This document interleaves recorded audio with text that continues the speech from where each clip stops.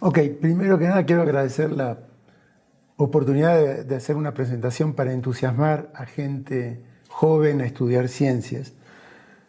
Yo titulé mi presentación ¿Por qué estudié ciencias y cómo me ha ido? Entonces, bueno, actualmente soy investigador en la Universidad Autónoma de México, de hecho en un instituto que es Instituto de Ciencias Aplicadas y Tecnología, y en particular dentro de ese instituto en el laboratorio de fotofísica y películas de gas. Si hay tiempo al final contaré algo específico de lo que hago, pero lo que más me importa es hablar de por qué estudié física y, bueno, y qué hacemos los científicos, que en general es algo poco conocido, ¿no? Yo hablo raro porque soy uruguayo, y a pesar de que hace muchos años que vivo en México, y cuando yo estaba por decidir que, bueno, cuando tenía que entrar, elegir carrera, en esa época todos queríamos ser, así como ahora todos quieren ser jugadores de fútbol y Messi y Ronaldo, en esa época todos queríamos ser astronautas. Era al final de los 60, porque el hombre en el 69 llegó a la Luna, entonces nuestros superhéroes eran los astronautas. Además, mi padre era aviador y me llevaba a volar 2 veces por semana, entonces era una cosa que yo quería ser aviador. La única forma de ser, era aviador naval mi padre, entonces la única forma de poder volar era meterme en la carrera militar, que por suerte no pude seguir porque me agarró miopía de adolescencia y bueno, no pude seguir la carrera militar, entonces yo estaba perdido, volví a terminar el secundario, estuve 2 años en un liceo militar y estaba perdido y terminé los 2 últimos años de lo que sería la prepa acá, pero no sabía qué carrera estudiar, ¿no? Y fue en una clase de química que un profesor hizo una pregunta que me cambió la vida, ¿no? Entonces dice, bueno, ¿a qué temperatura hierve el agua? Bueno, 100 grados, qué sé yo, ¿a qué temperatura se congela? A 0 grados. Y el tipo hace algo así medio cómico que pone, bueno, si lavamos ropa y la ponemos a secar, ¿se seca? Sí, claro, se seca, ¿no? Y dice, ¿pero por qué? Claro, nunca hay 100 grados de temperatura para que se evapore el agua y se seque la ropa. Y se acaba la clase. La clase fue un jueves. Entonces yo vivía en una península que en esa época no había ningún edificio, es Punta del Este se llama, en Uruguay, en Sudamérica. Aparte en esa época no existía internet, no, mi pueblo ahora es un balneario con mucho glamour y todo eso, pero en esa época no había ni bibliotecas ni nada, digamos. Eran bosques y mar. A mí me dio bronca, no solamente no saber, sino nunca haberme hecho la pregunta de por qué el agua se evaporaba, por qué los charcos se evaporan si nunca llegamos a los 100 grados. Entonces yo estaba desesperado por que llegara el martes siguiente. Teníamos clases jueves y martes, que había la clase de química y el profesor de química, al que yo veía como un viejo, pero seguramente no tenía más de 40 años, porque era un hippie de los 70, tenía el pelo por acá, andaba en una Harley Davidson, digamos, y con camisa floreada. Pero yo lo veía muy viejo. Pero antes de que empiece la clase le digo, ¿por qué el agua se evapora? Y bueno, él sabía de mi indefinición de carrera, y me dice, mirá, dice, por cómo te brillan los ojos y por cómo te preocupó la pregunta esta, dice, ¿por qué no estudias algo relacionado con la ciencia? Cosa que yo nunca se me había cruzado por la cabeza. Para mí estudiar ciencia no existía. Y la explicación de por qué se evapora el agua tiene que ver con la presión de vapor, es bastante compleja, ¿no? Pero lo que interesaba era la pregunta, ¿no? Y bueno, entonces decidí estudiar física. Física o química, en realidad yo no sabía qué estudiar, pero bueno, finalmente me decidí por la física, como que la química está relacionada con la física. Y en Uruguay había, de hecho en Uruguay habían cerrado la carrera, había una dictadura militar, entonces me fui a Argentina, donde empecé a estudiar física, y lo primero que hay es un curso de ingreso. En general la gente que estudia ciencias nos va bien en la prepa, sobre todo en las matemáticas, esas materias que a nadie les gusta, a los que estudiamos ciencias nos va bien. Y aparte nos dicen, uy, qué inteligente que sos porque te va bien en matemáticas. Entonces uno se la cree. Entonces yo me creía que estaba en los top 10 de mis compañeros. Y cuando llego al curso de ingreso me di cuenta que estaba de la media para abajo. O sea que si no estudiaba, no la hacía, ¿no?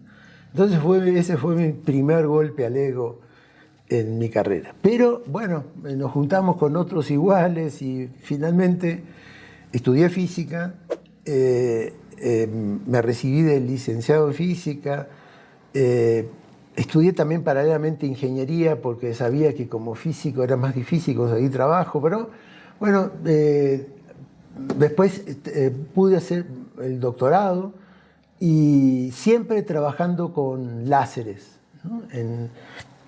En distintas formas de distintos tipos de láseres, y siempre estudiando la interacción de la luz con la materia. Entonces, a lo largo fui a hacer un postdoc en Estados Unidos y en realidad ¿por qué fui a Estados Unidos? En realidad fui al centro de Estados Unidos. Durante mi licenciatura y doctorado, mi pasión era el paracaidismo. Entonces, sí, estudiaba física, pero lo que más me interesaba a mí era el paracaidismo. Y me fui a hacer un postdoc a un lugar donde era el mejor centro de paracaidismo de Estados Unidos, que además había una universidad donde se hacían las cosas en las que yo había hecho el doctorado, ¿no? Entonces yo feliz y terminé el doctorado. Eso es una ventaja que tiene la ciencia, ¿no? Que uno es universal, digamos, ¿no? Entonces uno puede hacer ciencia acá, en Japón, donde quiera, es siempre la misma, digamos, ¿no? Que no ocurre con todas las carreras, ¿no? Y bueno, me divertía mucho, digamos, saltando en paracaídas y estudiando física. Después, en esa época, estaba la guerra de las galaxias, es decir, los rusos eran los enemigos y en lo que trabajé fue en el desarrollo de láseres de rayos X. La idea estaba Ronald Reagan, de presidente de Estados Unidos, convenció a la gente de hacer un escudo, por eso se llamó la guerra de las galaxias, un escudo que si salían satélites, misiles de los rusos, en el aire iban a ver satélites con láseres de rayos X que iban a destruir a esos misiles, entonces no llegaban a tierra. Ese era el escudo de la guerra de las galaxias. Y todos sabíamos que eso es imposible. De hecho, el día de hoy, 40 años después, esas cosas no existen. No existen láseres de rayos X que derriben misiles, y menos en la atmósfera. Pero bueno, hubo un gran impulso para la ciencia. Hubo mucho dinero por la carrera armamentista y todo esto. Entonces, había dinero para trabajar, había muchas posibilidades. Y yo me acuerdo que cuando terminé la carrera me sentía que estaba que podía ir a cualquier parte del mundo. Y bueno, vine a México porque México es un país que siempre me ha resultado simpático y desde chiquito, y además México fue uno de los países, el único país de Latinoamérica que recibió a los exiliados de las dictaduras de Chile, Uruguay, Argentina. Entonces todos nos sentíamos agradecidos con México. Y por una serie de cuestiones familiares también, México siempre había estado presente en mi familia. Y bueno, me metí en la UNAM. Y acá, después de trabajar ahí en la guerra de las galaxias y todo esto, en los láseres de rayos X, trabajé en aplicaciones médicas del láser, que básicamente eran dos. Era de esto de destapar arterias con láseres y la de una técnica que se llama terapia fotodinámica para estudiar, para hacer tratamientos de cáncer. Y bueno, justamente acá en este instituto ahora, pero antes fue centro, inicialmente se llamó Centro de Instrumentos, se estaban desarrollando aplicaciones médicas del láser y bueno, yo encajaba ahí y bueno, y vine y empecé mi carrera acá. Y Y bueno, y me ha ido bien, me ha ido muy bien. Y de hecho formé un laboratorio hace ya más de 20 y pico de años, que se llama el Laboratorio de Fotofísica y Películas Delgadas. Y bueno, ¿y qué hacemos? ¿Qué hace un científico? Yo voy a contar las cosas que yo hago y que quizás se puedan entender de una manera más simple, digamos. Una de ellas fue estudiar la contaminación que producen los relámpagos. A mí los relámpagos siempre me gustaron, pero resulta que los relámpagos producen óxidos nitrosos. De hecho, es la fuente natural más importante de producción de óxidos nitrosos. Generalmente lo producen los carros y las fábricas y todo eso. Es esa nata que uno ve alrededor de las ciudades. Pero los relámpagos no podemos controlarlos porque es natural. Y nosotros, si uno cree que, si uno mira los números de producción antropogénica, así que produce el hombre de óxidos nitrosos, es como una quinta parte, los relámpagos es como una quinta parte de lo que produce el hombre. Pero, entonces no sería importante. Pero sí es cierto lo del calentamiento global, aunque Milei actualmente y Trump digan que no, ese número, que es la quinta parte, puede ser muchísimo más alto, y de hecho no se sabe hasta dónde. Este problema nos planteó el único premio Nobel mexicano de ciencias, Mario Molina, que fue premio Nobel en 1995 de química por predecir la destrucción de la atmósfera por los productos fluorocarbonados. Y bueno, él nos comentó de este tema, no solamente a mí, sino principalmente a Rafael Navarro, que fue uno de los investigadores estrellas de acá de la UNAM, que él estuvo haciendo un sabático con Mario Molina, y bueno, Rafael empezó a trabajar en esto, yo lo ayudé porque se necesitaban láseres para simular relámpagos. De hecho, simulamos relámpagos con láseres pulsados, generamos plasmas, es decir, estudiamos en laboratorio cosas que ocurren en la atmósfera, y nos fue muy bien. Nuestra contribución fue saber, en esa época, estoy hablando hace más de 20 años, cuáles eran, había dos teorías. Una, que los óxidos nitrosos, estos contaminantes atmosféricos, se producen en el canal de descarga de relámpago, que es un chorizo enorme de corriente de kiloamperes, de kilómetros de largo, pero que cuando cae el relámpago genera una onda de choque, es decir, se empieza a expandir ese plasma que se forma todo ese lugar donde está muy caliente, y esa onda de choque genera también reacciones químicas. Bueno, y había dos teorías para saber, y nuestra contribución fue definir si los productos, estos contaminantes, se producen en el canal de descarga o en la onda de choque que va avanzando así hacia los costados. Y bueno, se producen 98% en el centro del canal de descarga. Y con Rafael estamos estudiando esto de las ondas de choque y todo eso, y me habla de otro, que había llegado otro investigador muy bueno al Instituto de Astronomía de acá de la UNAM, que trabajaba en ondas de choque, pero de forma teórica. Y yo soy experimental, básicamente experimental, pero con los teóricos no había tenido mucha relación, y las veces que nos habíamos relacionado no habían terminado con nada fructífero, entonces como que yo a los teóricos no los quería mucho. Y insistió mucho Rafael, y hasta que finalmente dije, aparte me decía, no, pero debe ser, es muy bueno, y viene de Manchester, y además habla como vos, debe ser uruguayo, argentino. Eso. Digo, no, yo no quiero saber, pero tanto insistió Rafael, que bueno, conocí a Alejandro Raga, un astrofísico experto en ondas de choque, bueno, en jet astrofísico, en muchísimas cosas. Y ahí vino mi segundo golpe al ego, que en realidad me sirvió de mucho en mi vida, no solamente en mi vida científica, sino en mi vida personal, porque uno se cree mucho, pero esta gente, yo me creía mucho, pero cuando uno trabaja con esta gente, con Rafael Navarro, con Alejandro Raga, uno se da cuenta que que no está en los top 10 de vuelta, sino que estamos en la parte, nos ordena en la fila y eso sirve mucho, ¿no? Bueno, una aplicación de las cosas que hemos hecho es esa, la de estudiar relámpagos simulados en el laboratorio con láseres y plasmas chiquitos y qué sé yo. Y con Alejandro con Alejandro Raga y Rafael estudiamos jets astrofísicos que yo ni sabía lo que era, pero resulta que en México es una cosa muy estudiada porque Guillermo Haro, que fue un gran astrónomo de acá, que quizás es poco conocido, pues se conozca más a la esposa de Guillermo Haro, que es Elena Poniatowska, una gran escritora.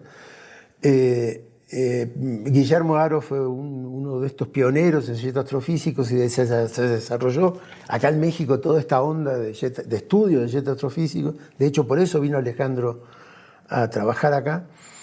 Y bueno, y simulamos jets astrofísicos en el laboratorio, cosa que yo nunca pensé trabajar. Vaya, ni sabía lo que eran los jets astrofísicos. Son estrellas que escupen cosas, ¿no? Y lo simulamos de vuelta con láseres en el laboratorio. Algo más terrenal o intermedio, y ya para ir terminando, con la hija de Rafael, a la que yo conocí como de 10 años, 11 años, o sea, he visto su evolución, estudió biología y acaba de terminar su doctorado simulando el choque de meteorito que cayó en Chicxulub y que fue una de las grandes destrucciones que ha tenido de la vida en la Tierra, ¿no? Y bueno, y esto, si uno quiere simular el choque de un meteorito con la Tierra, decimos, bueno, agarro la piedra, que afortunadamente la UNAM tiene excavaciones donde cayó ahí en Chicxulub hasta 1500 metros bajo tierra en distintas zonas del cráter que se formó. Y bueno, y entonces le pego con una bala, ¿no? Simulo. Bueno, resulta que la interacción esa, las temperaturas que se logran son muy bajas.